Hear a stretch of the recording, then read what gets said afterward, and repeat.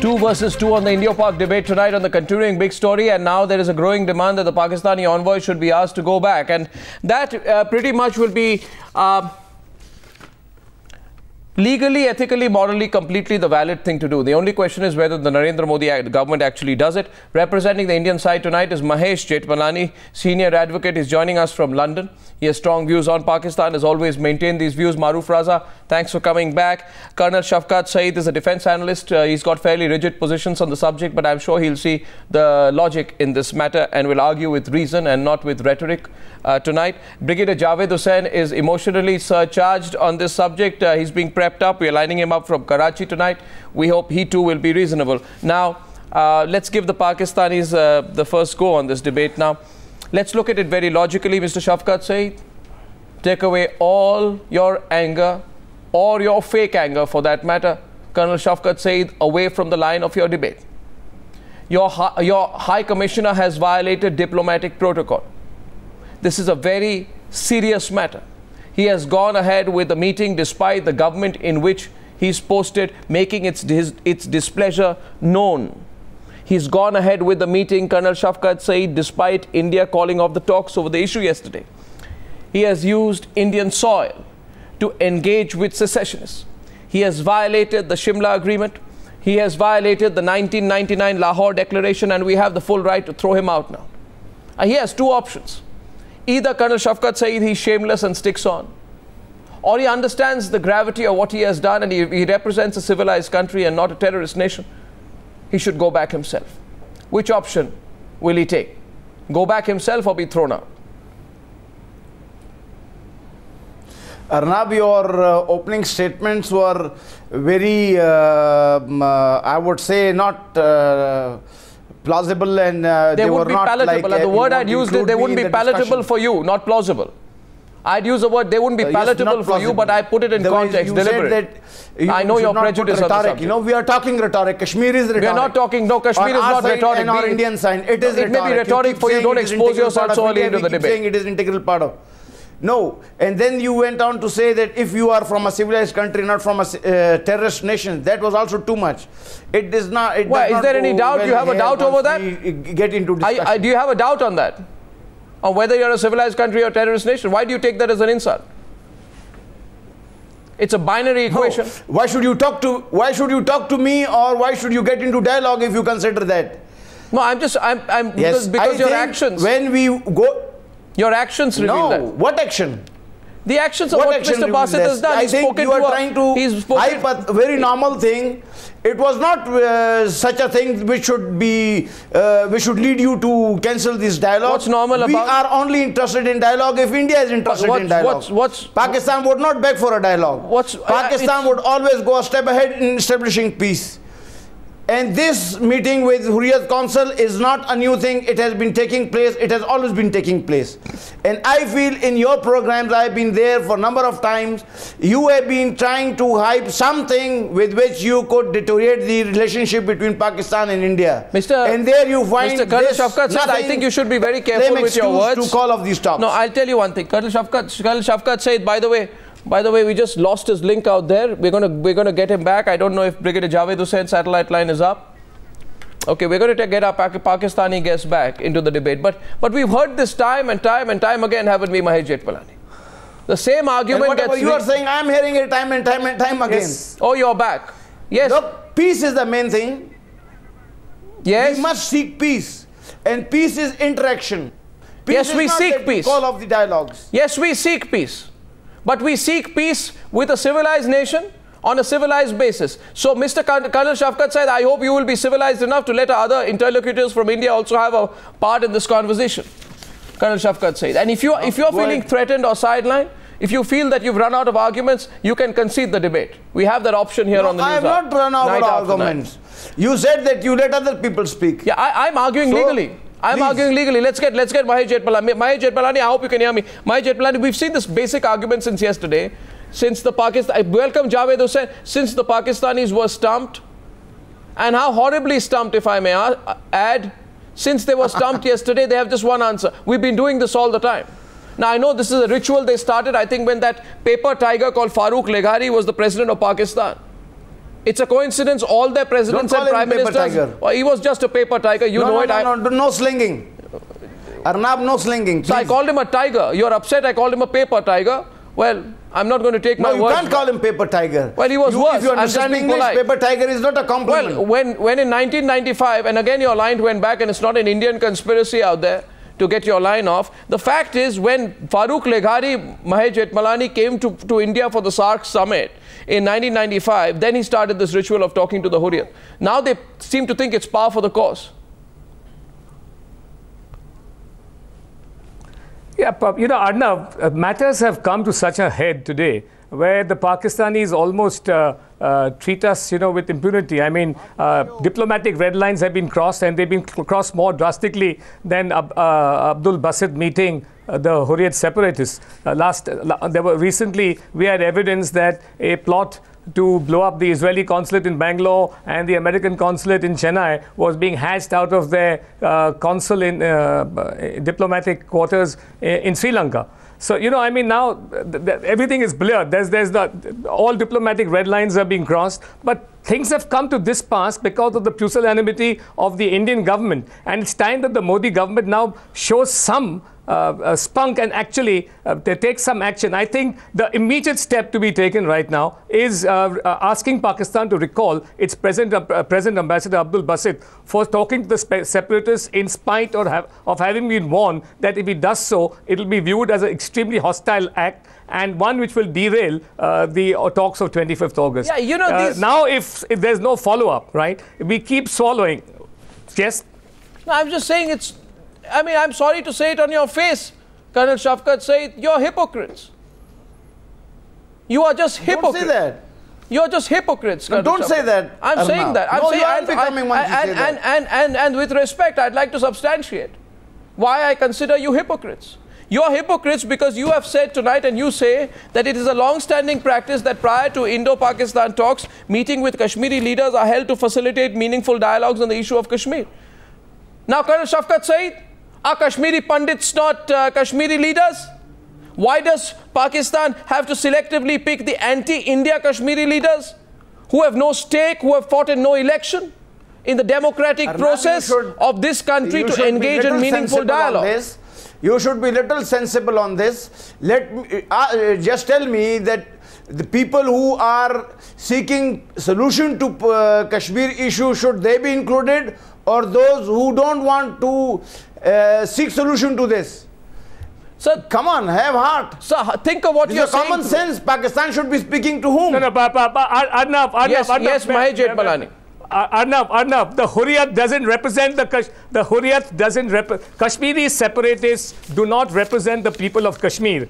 They have boycotted elections repeatedly, and when they have, they've been roundly trounced.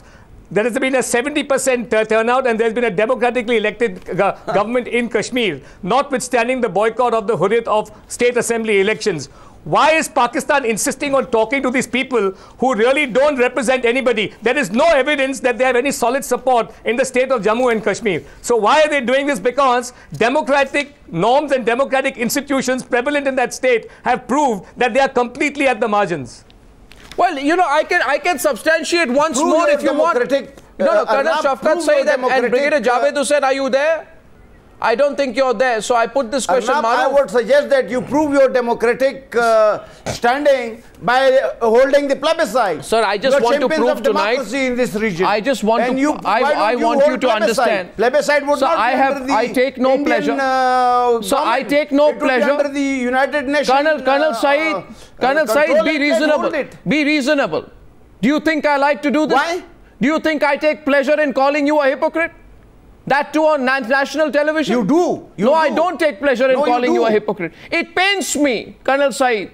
It pains me that your country is a bunch of hypocrites. You are seeking things which should turn everything upside down. Now let me tell you the most superb hypocrite in all of this. Such words. No, the most, sir, hypocrite in this case is only a description. India is champion of democracy. Sir, do not take my words. Why doesn't it take its champion stand of holding the plebiscite in Kashmir? Colonel Syed, and the moment I get Brigadier Hussain back, I want to put this question to him as well. Maruf, as I said to the Pakistani guest tonight, it pains me to call him a hypocrite or call his country hypocrites, but there is no better description. I just hope our Pakistani guests on the Newshour tonight will not take this as an insult, but as a description of how they are behaving. The most superb hypocrite, Maroof, in my view, the most outstanding hypocrite, Maroof, is nobody other than the Pakistani High Commissioner to India, who should be thrown out. And if, unfortunately, he has some apologists in our own country.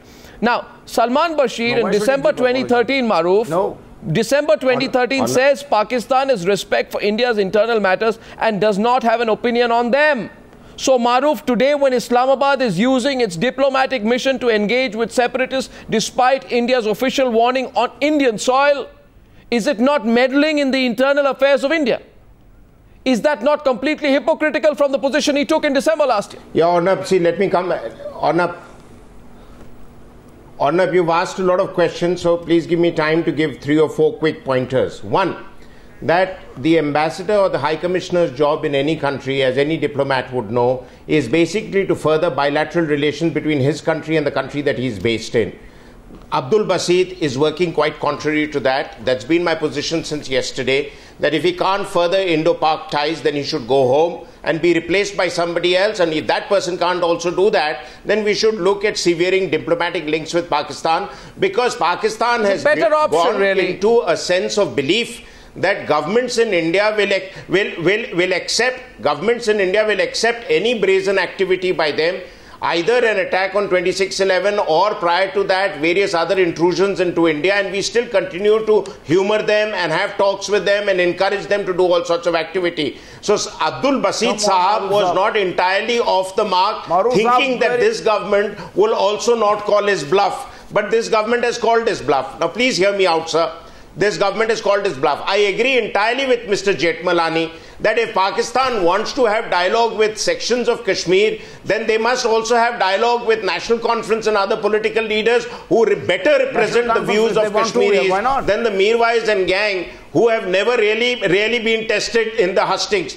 Thirdly, and most importantly, what Pakistan's High Commissioner posted or Ambassador posted in another country, say Moscow, invite the Chechen rebels for talks and be tolerated by the government in Russia.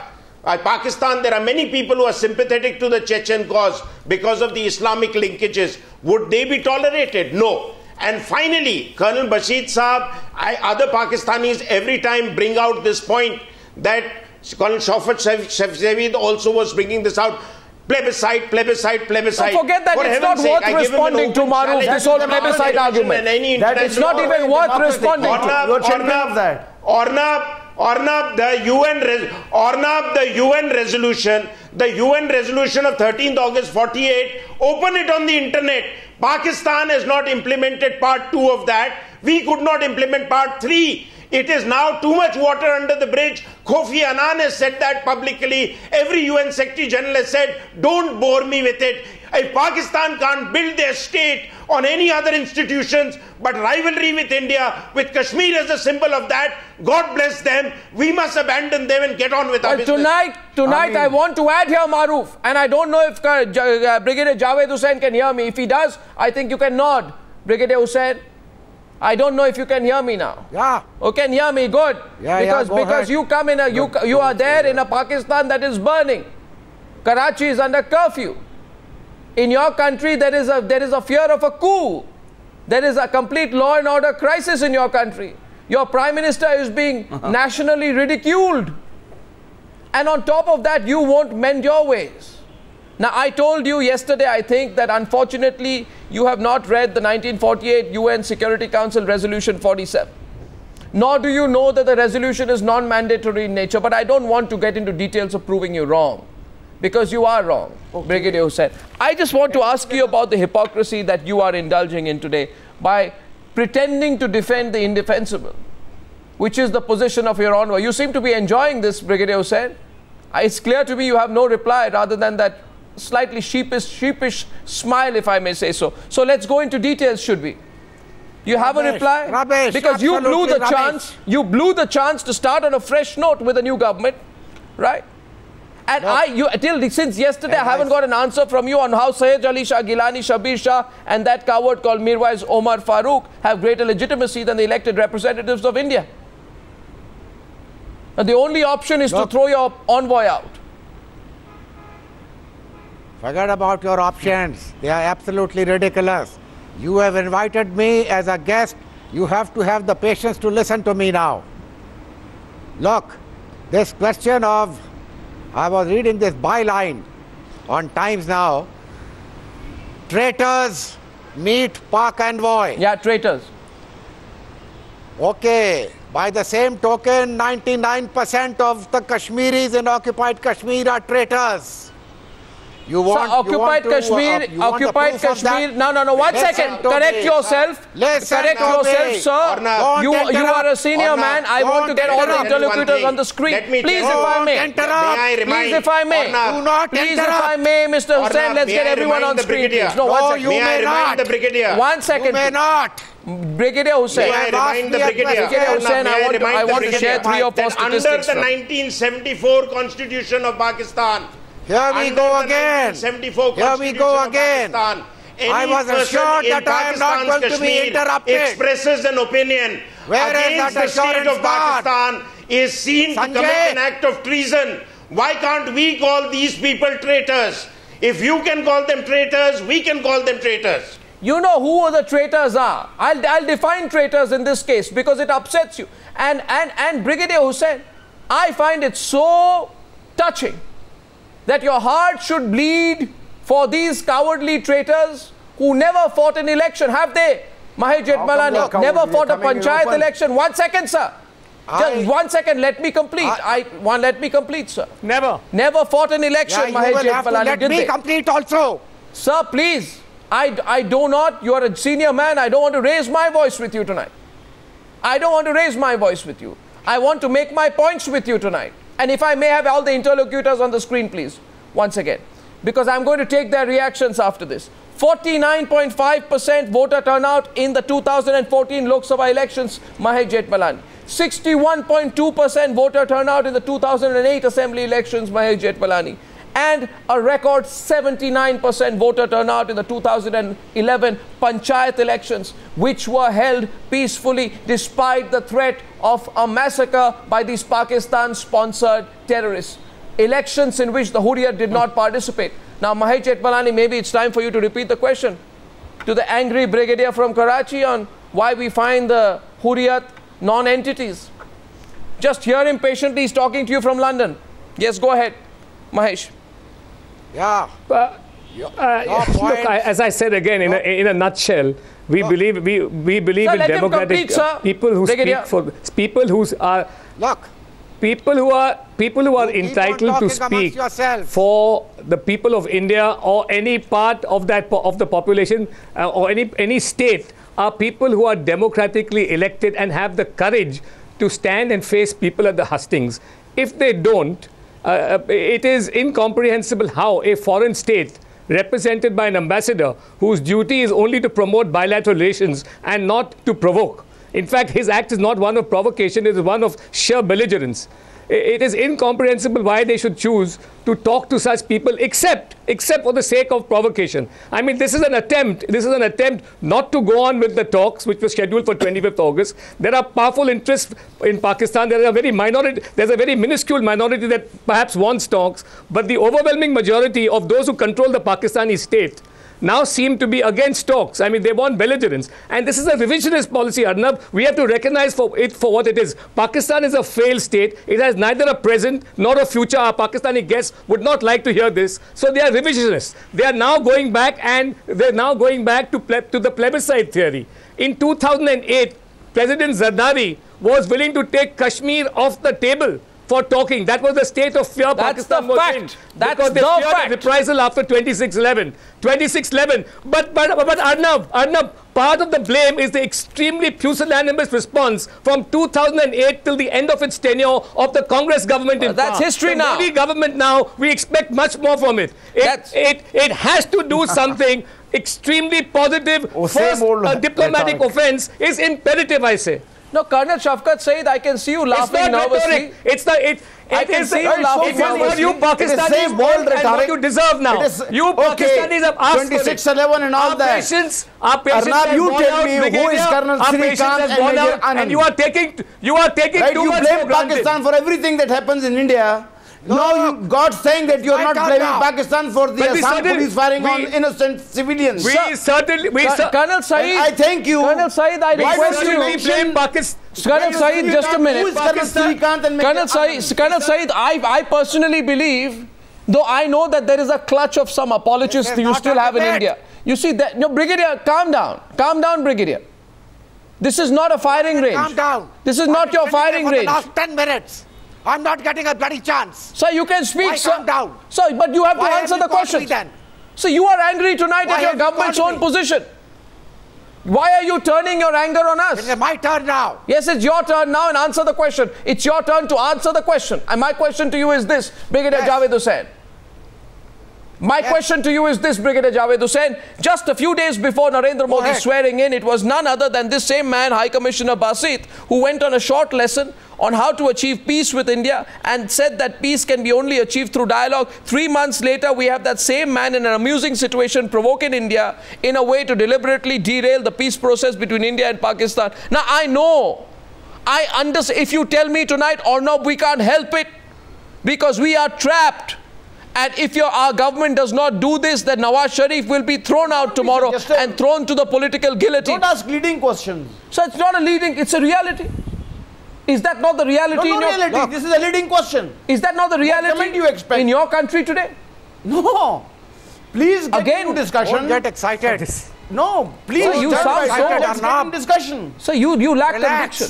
So you lack conviction in what you're saying today, Colonel Shafkat Syed. I've seen you on previous Newshour debates, and tonight you lack conviction in your voice. Brigadier Javed Hussain, I'm very relaxed. Can I come in now? Can I come in now? Yes, please do come in, sir. Don't get angry. This is not your Pakistan Army firing range. Yes. Okay. Yes, sir. Pakistan Army, you said something about the Pakistan Army. Say that again. Yes, I said that. It is not. This is the Newshour. It's not a Pakistani Army firing range, and in any case, your firing range would have a lot of your incompetent military misfiring. So don't misfire on the Newshour, Brigadier Hussain. And I'll say that again to you. Don't mind my saying. The firing range of the Mujahideen. Sir, go ahead. Fire off the Mujahideen. Kashmir. Yeah, you're down to mercenaries. The firing range is in the Naxalite areas where thousands of Sir, I'll come back to the subject. Don't reveal yourself. Killing unarmed civilians have been massacred. Don't reveal yourself. Okay, now coming to the point. Yeah, thank you for that. Coming to the point. Look, the world recognizes Kashmir as a dispute between India and Pakistan. Sir, your problem is, India's problem is that the world brackets India with Pakistan, not with China. And because of this, you know, so-called failed state, India is being bracketed with that. Now, as a result, India is bristling with inferiority complex. Get rid of this. Stop showing small minds. You are small-minded people. Very, very small minds. So the kind of talk, your pretensions to greatness are laughable. Absolutely ridiculous. Sir, that is Get rid of your complex. Sir, I you understand? Sir, don't use jingoistic. Brigadier Hussain. Brigadier Hussain. It is not going to serve any purpose. Brigadier Hussain, don't lose your shirt. Unless there is Kashmir on the agenda. Talks are going to be meaningless. Yeah, there are no talks. You understand? We won't talk to you in these circumstances. There will be no talks unless Kashmir, the jugular vein of Pakistan, is discussed. Now, Brigadier Hussain, can I? Now I've heard you. It is the core issue. I've heard you. No Kashmir, no talks. I heard you. Let the Kashmir Mujahideen teach the Indian Army a lesson. I heard in occupied Kashmir. I heard you. How to conduct insurgency. Sir. And you want counter-insurgency lessons? I can ask the special forces of Pakistan. I request you, Brigadier Javed Hussain, how to conduct counter-insurgency. That's 1 second. Don't talk of Pakistan. Now, 1 second. Before I go to Mayu Maroof and to Mahesh Jetmalani from London, I'd like to say just a few things to the very angry and emotional Brigadier. Brigadier Hussain, it's nice to hear talk about development coming from a country which in terms of its economic indicators is probably somewhere between the Central African Republic and Swaziland. So, I mean, I can only commiserate with you on that. I understand your anger at your impending disintegration as an independent nation being taken over by hordes of, uncontrollable tribesmen. As a result of your inferiority complex, and you have developed a condescending attitude. When you speak about the Mujahideen, you learnt your lesson in 1948, in 1965, in 1971.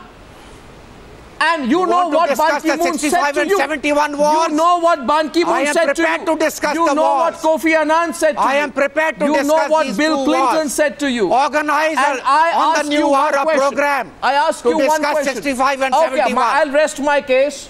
Okay, let's bring in your experts. Let us talk about the two wars. We will talk about it. So I want to discuss the LOC anytime, any place, anywhere. Don't get angry. You lost the plot. I'm sorry, but you have lost the plot. My simple question, simple counter question is one. Mahesh, should we just ask the Pakistani just one simple question? Mahesh Jetmalani, I don't know, from my limited understanding of diplomacy, I'd have not known of any time since the year of the Lord 1962 that the UN Security Council has ever pursued the Kashmir question. Have you? And when the it has been 52 years. 52 years. Remember the thrashing you got from the Chinese? 52 years since the UN Security Council ever looked at the Kashmir question. And they still go about this ridiculous, thing about it's a jugular vein, etc. We've taught them a lesson now. What's the next step? Mahesh Jetmalani to the angry brigadier from London. Maybe he has some advice for you. Sir, I'm not responsible for the curfew in Karachi. I'm not responsible for your pitiable situation tonight. So don't take your anger out on me. Mahesh Jetmalani. Enough. There's no point, all the sound and fury which we constantly have on our program with our Pakistani guests. I mean, as far as we're both concerned, perhaps the other side is incorrigible and impervious. Pakistan now has it's very clear now that they have a single point policy, and that is to bleed India on the pretext of Kashmir. Kashmir is their excuse and their only rationale for existence, in fact. Kashmir has now become their binding force more than anything else. So we have to deal with the Pakistanis on that footing. We can't take any more. Quite frankly, this government now must immediately call for the recall by the Pakistani government of Abdul Basit. His act of meeting the terrorists, in spite of a warning, is beyond the diplomatic red lines that are expected of any reasonable diplomat in any country. Yeah. And he must be, the first step is to call back. I mean, now we have to go very strongly on the diplomatic offensive to set things right. Otherwise, the Pakistanis, at least in our view, are incorrigible. And it's probably a world view after bin Laden's secreting away in Abbottabad. No, other option is to call all the Baluchi rebels and all these, their other Baluchi leaders. We can call them to New Delhi and have discussions with them. Last question here to Colonel Shafkat Syed. I'd like to see how the Pakistani government and the Pakistani civilians. I'd like to see them react to the Colonel Shafkat Syed. Civilians react to that kind of an action. Colonel Shafkat Syed, I have been told that when the ground slips from under your feet. No, 1 second, Maruf. When the ground slips from under your feet, you feel, like you're not in control. I just want to ask you today, the entire Kashmir issue slipped under your feet. Your only issue has been taken away from you. Your only issue. Now you have a government in India which doesn't give a damn about your warped up foreign policy anymore. We have stopped caring for you, sir. Which means we will not respond to you. You are a smaller country. You will now be dealt with in that way. So, Colonel Shafkat Syed, what will you do now? How will you keep yourself occupied? You don't need to call Baluchis and the other rebels. Now, how will you keep yourself occupied? What will you do now? You are already meeting them in Kandahar and Jalalabad. As far as this is concerned, that you would treat us as a small country, you have been treating us as a small country, but to your agony, You have not encountered a small country. Pakistan has always been matching your unbecoming strength. And I feel that if you seek peace and you go for peace, you would find yourself benefiting more than us. Sir, now you can't change your line. We took it away from you, Maruf. India. Maruf, you see the change in tone and now? One more thing. Maruf, you see the change in tone? Now, once you ask a question, please have a heart to listen to I see your change in tone. Because you go on slinging, you go on using very strange words for your participants. And then you even don't listen to them. I didn't say, I only called you a hypocrite. I'm saying you don't need to call Baluchis to Delhi, or you don't need to meet them in Islamabad. You already meet them in Kandahar and Jalalabad. And as far as you lost the plot. Pakistan is concerned, that would be your biggest mistake if you deal Pakistan the way you plan to deal. Sir, peace would always be at equal footing. And peace would be once you solve all your unresolved issues. Sir, I think the first unresolved issue is nothing but Kashmir. Sir, I think your government and your envoy lost the plot. I have this strong suspicion that you also lost the argument on the Newshour tonight. You knew it.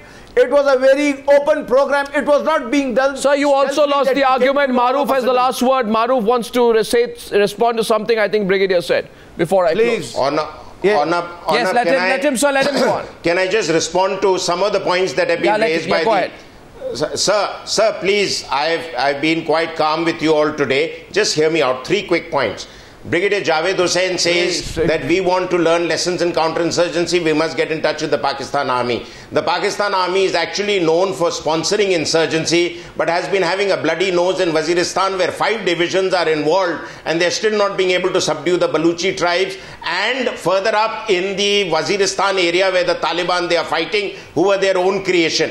The second point I want to tell him, and this is the argument that both Pakistani guests have brought out today very angrily, but they have brought it out. Sir, please hear me out. Let him speak. Sir, please hear me out. You are echoing. No. Sir, you are echoing exactly. No, sir, you are echoing exactly the thesis of Christine Fair, whose book I'll be happy to present to you if you give me your address. That how Pakistan Army wants to fight to the finish and how it wants to hold on to Kashmir for its own reasons of funding, importance and strategy. And finally, let me tell you one thing, sir. Let me tell you, tell us that we can't be a great power if we don't talk to you. America never spoke to Iran for decades. And the world and you people in particular sucked up to the Americans because you realized they were the biggest power in the world who could bail you out at that point of time. General Musharraf went on record to say that we had no option but to fall in line with the Americans and abandon the Taliban that we had created because we would be bombed to Stone Age. You are asking yourself now to become a North Korea and another pariah state because the world doesn't want to interact with a country like yours, which is the key sponsor of terrorism in the world. Sir, you are the epicenter of terror. Don't delude yourself but to your into believing it is the forefront country in the war against terror. You will accept that. Good luck to you, sir. It is the forefront country in war against terror. Everywhere you are cornered. And if the collective wisdom... No, this is Sir, not. the times have changed. Your bluff has been called. Us. We are going to have a new policy, and you are going to be eating humble pie. I think it's time up for the Pakistanis. And I just, as concerned as I am tonight about how unreasonable the Pakistanis are, yes, you're probably right. They belong to, the group of nations like North Korea who will eventually lack any connect with the rest of the civilized world. My concern also, Maruf, however, is with those apologist Indians. I don't know what interest with those apologists in India who are also concerned. Unlike you, there are some. There are some Indians who are also concerned. Mr. Colonel Shafqat Syed. No, it's not. Colonel Shafqat Syed. Learn to live. No. Our Prime Minister is a civilized Prime Minister who can go anywhere. It's all. Colonel Shafqat Syed, your country. Your country, Brigadier Javed Hussain and Colonel Shafqat Syed, your country suffers from an attention deficit disorder. But it's not our problem, it's your problem. Go seek someone else's attention. We are done with you. Thank you very much for joining us on debate number 1 on the Newshour tonight.